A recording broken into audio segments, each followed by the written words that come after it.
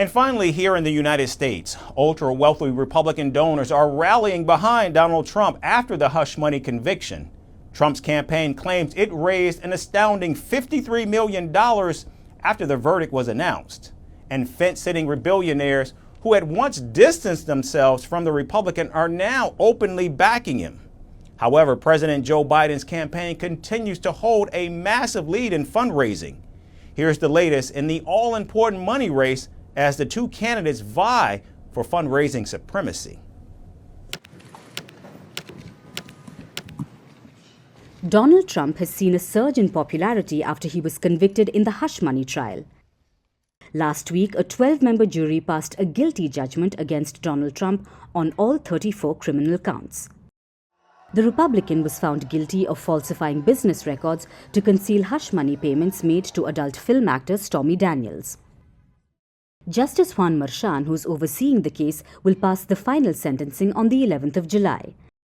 Until then, Donald Trump has time to consolidate his presidential campaign, and the Republican Party's presumptive presidential candidate has been doing just that.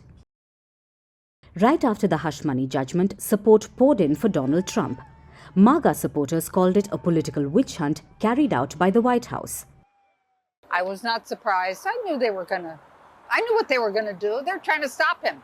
I think the justice system is corrupt. There's a lot of liberal judges, and I think they're going after Trump. And rallying behind Trump are some of America's wealthiest people. Just 24 hours after the verdict, Trump's campaign raised nearly $53 million. As per reports, Israeli-American casino billionaire Miriam Adelson is expected to donate $90 million to Trump's campaign. Joining her will reportedly be Silicon Valley investor David Sacks. Hedge fund manager Bill Ackman is expected to donate to Trump's campaign. Blackstone Group's billionaire CEO Steve Schwarzman has already announced his support for the Republican. Now, this shift comes despite both Ackman and Schwarzman distancing themselves from Trump. However, the hush money trial conviction has changed the winds in favor of Trump. Sitting on the fence is billionaire Elon Musk. The Tesla CEO has previously said that he wouldn't donate to either Donald Trump or Joe Biden. However, after the hush money trial, Musk voiced support for the Republican and called the judicial system politically motivated. Musk, who also owns the social media platform X, formerly Twitter, will also host Trump for a live-streamed town hall-style event. Now, despite Trump receiving a wave of funding after the hush money trial, the Republican lags behind his political rival Joe Biden. By the end of April, Biden's campaign had a record $192 million cash on hand. In comparison, Trump only had about $93 million. Now, the influx of cash after the hush money trial has given Trump a much-needed boost. But experts believe that money is not going to determine the elections. With D-Day just 5 months away, Trump has to juggle legal battles and political rallies. On the other hand, Joe Biden is focused on scoring domestic and diplomatic wins. This includes Biden's plan to bring a ceasefire in the Middle East, while also working at improving America's stagnating economy.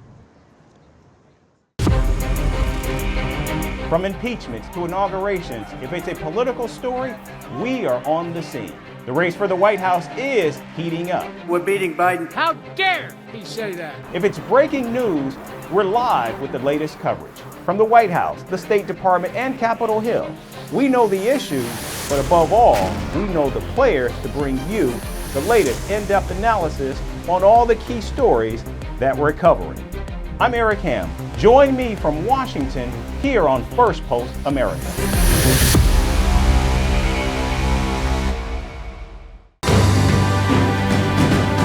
Firstpost reports from the world's second largest continent.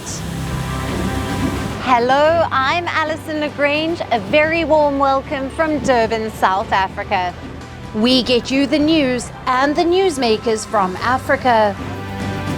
From elections to climate change to innovations and opportunities.